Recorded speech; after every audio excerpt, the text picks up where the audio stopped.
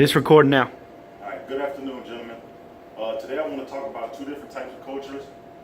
One is called a monochronic culture, and the other one is called a polychronic culture. And I want to explain to you the differences of the two cultures and ways to adjust to the cultures. So I'm going to start by saying, give me a show of hands if you believe that time is money. Well, you are most likely from a monochronic culture. Monochronic culture, such as U.S., Swiss, Germany, countries, we view time as a commodity. We spend time, we waste time, we fill time, and we invest time.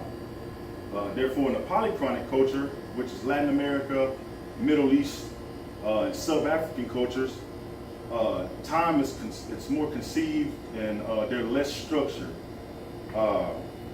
Polychronic cultures, they perform many tasks at one time.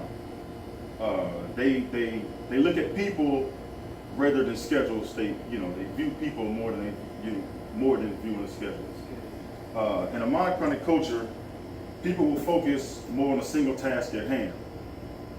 The main differences between a monochronic culture and a polychronic culture is the way that we view time. When scheduling a meeting in a monochronic culture, you're expected to arrive early to the meeting. And if an individual arrives early or leaves earlier than it's supposed to be, then that's considered offended. They'll be offended. Therefore, in a polychronic culture, if you show up to a meeting on time, then it's most likely there won't be anyone there. And they will wait until the individual gets there that's hosting the meeting until the meeting starts. So how to adapt to the cultures, the differences, I'll show you how to adjust to a monochronic culture being a polychronic individual. The way you would do that is, being in a monochronic culture, individuals will show up to meetings and events on time. You will need to know which ones you can show up late for and which ones you need to be on time for. For instance, job interviewing, you want to show up to a job interview on time, if not 5 minutes earlier, 10 minutes earlier.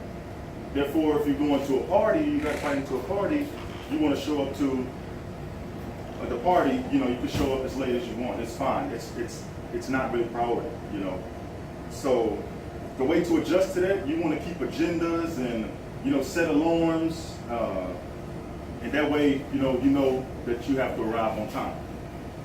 Therefore, in a monochronic culture, the way you would adjust to that is by having a rigged schedule. You don't want to have a rigged schedule, put it like that. You don't want to have a set schedule. You want to be flexible. You would have to work late, work overtime. There's no time frame that is kept. Work is not the only place where that takes effect. When you go to banks and stores in a polychronic culture, they won't necessarily open up at the time that they say they're going to open up. The ways to adjust to that is to, like I said, maintain a flexible schedule, be able to adapt, and you will need to give yourself more time to get tasks done. Like going to a bank, you want to deposit a check, you don't necessarily depend on when the bank opens. You probably want to do it earlier or a day before, because you don't know if it's going to open up at that time, or there's going to be people there at that time. So I compared the differences between polychronic culture and a monochronic culture, and I would like to close my speech by saying, being from a monochronic culture, we believe that time is money. But we will never be able to make money if we're never able to adapt to the different cultures and the way they view time. Thank you. You're welcome.